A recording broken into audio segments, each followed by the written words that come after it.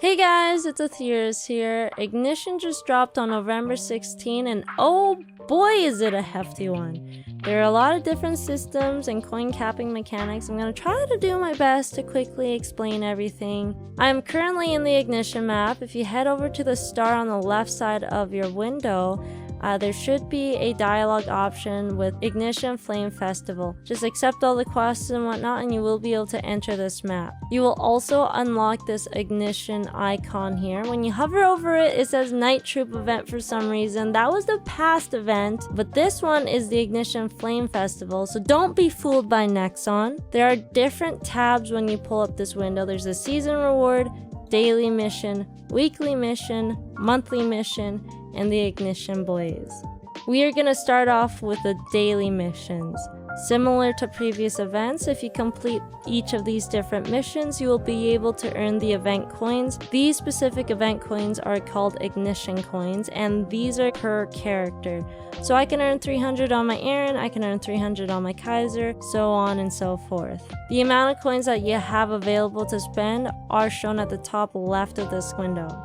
Now moving on to weekly missions, note that the missions here give different types of currency. These are called flare coins and they are shared per world. So I did hard Lomian on my Kaiser, but I haven't done it yet on my Aaron, and yet my Aaron is still able to claim these, so these are per world. Same with the monthly missions, these are also per world. So now let's head back over to daily missions.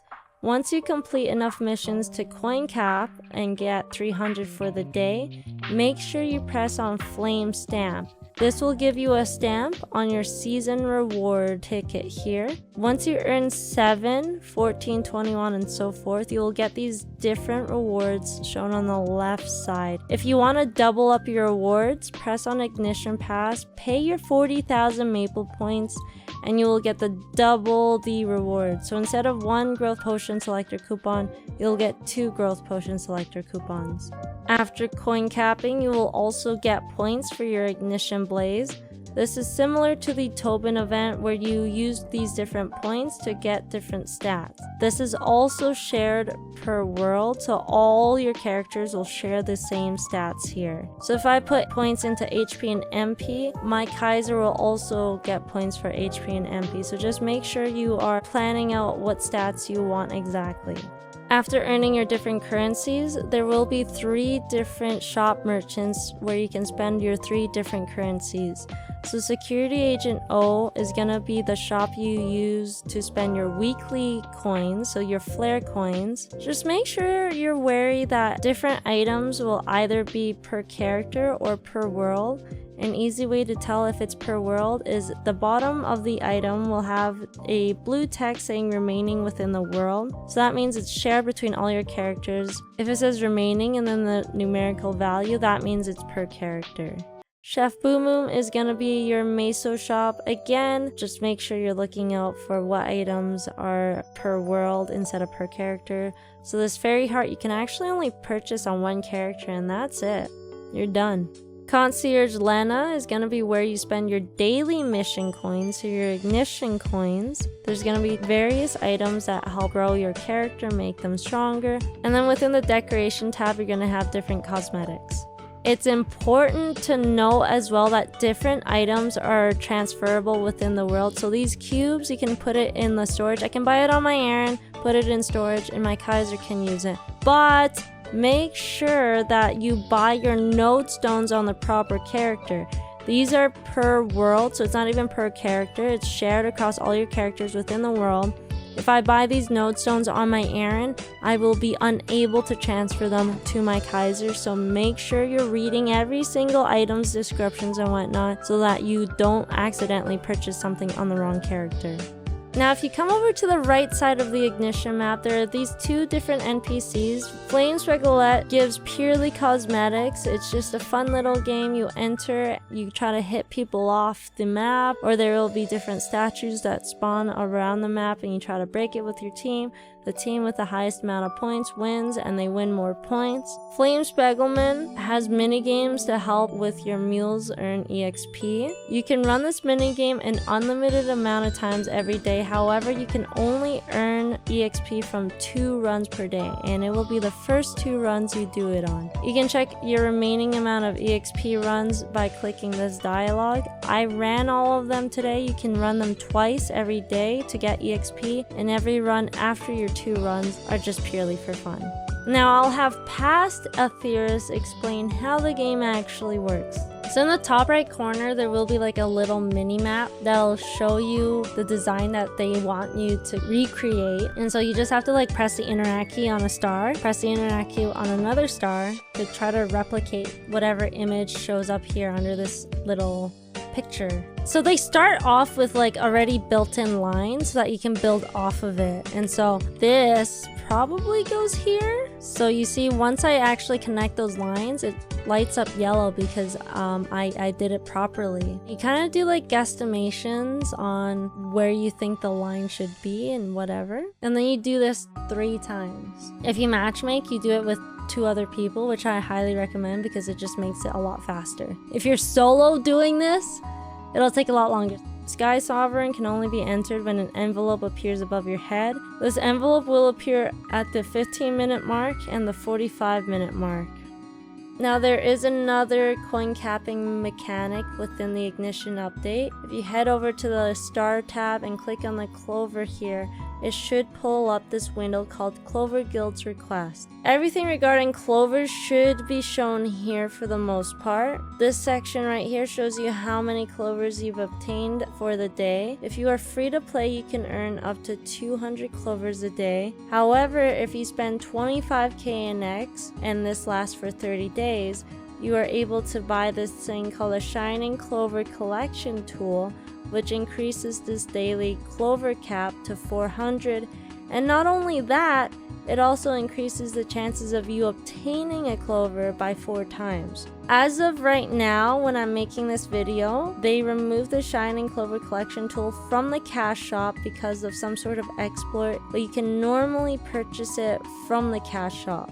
Now every single month, all of these numbers should reset. It should reset at 12 AM every month. Every single month, you're able to earn Clovers on 28 different days. This is so that every month is equal. So this month, since Ignition dropped in the middle of it, we won't be able to get all 28 days, but we will be able to get 16 days. But in December, we'll be able to cap on 28 separate days. And so if you're free to play, you can earn up to 5,600 Clovers every month. If you're pay to win with the Shining Collection tool, you'll be able to receive 11,200 Clovers. You spend these Clovers in the Clover shop. It's on the bottom right of the window here.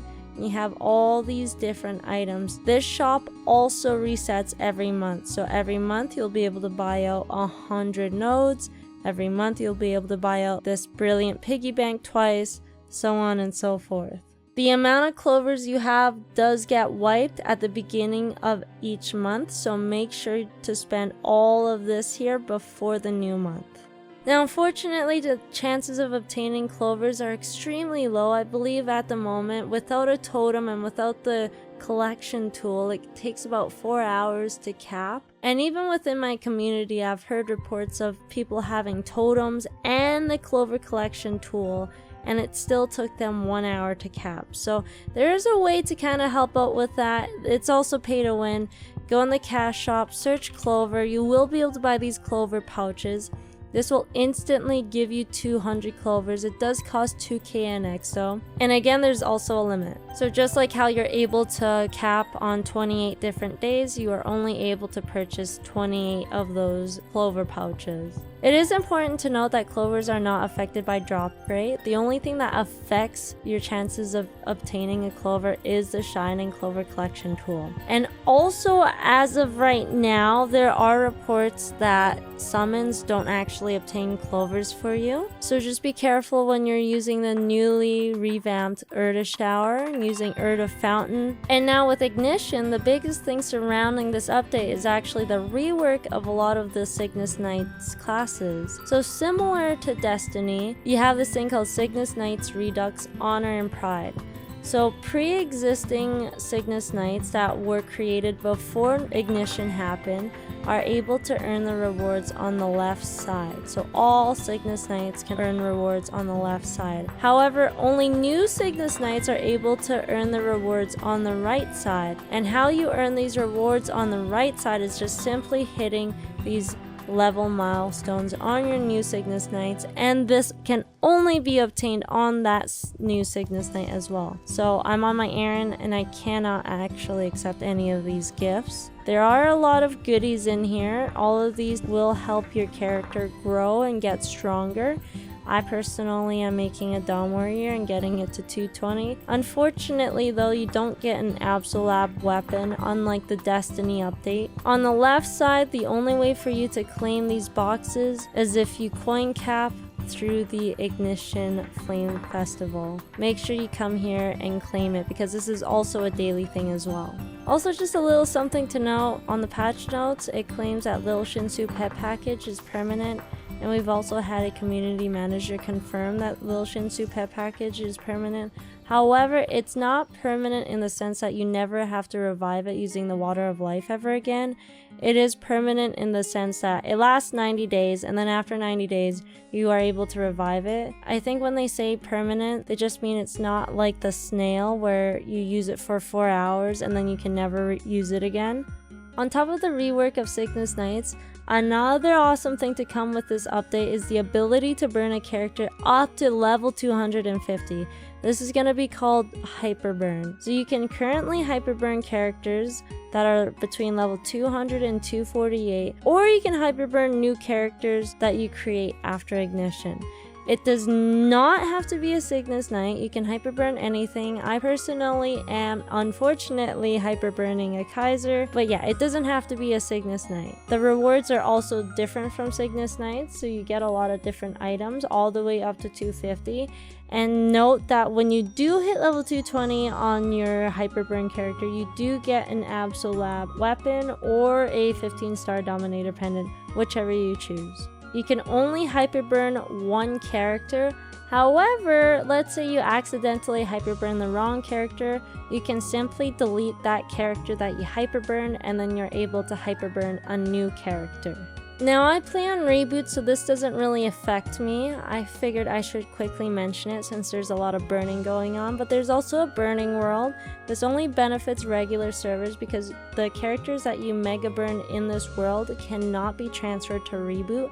It can only be transferred to regular servers such as Scania, Bera, Aurora, so on and so forth. So you can mega burn 3 characters and they burn all the way up to 150. You do earn also a separate set of rewards, separate from Cygnus Redux, separate from your hyperburn. There are different missions you can do to earn different rewards, and these missions are shared between all your characters within the burning world, and the rewards can only be obtained once. Once February 8th hits, you are able to transfer your characters out of the burning world into any of those regular servers. You can either transfer all 3 to the same world, you can transfer 1 to Bera, 1 to Aurora, 1 to Scania for whatever reason. I've personally never done Burning World because I am a reboot player, but I figured I should mention it.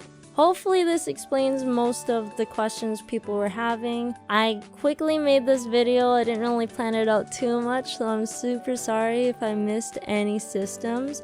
I do stream on Twitch at twitch.tv/Aether, so if you have any questions, feel free to join in on the stream and ask me or my community. And again, thank you guys for watching, and I will see you guys in the next video.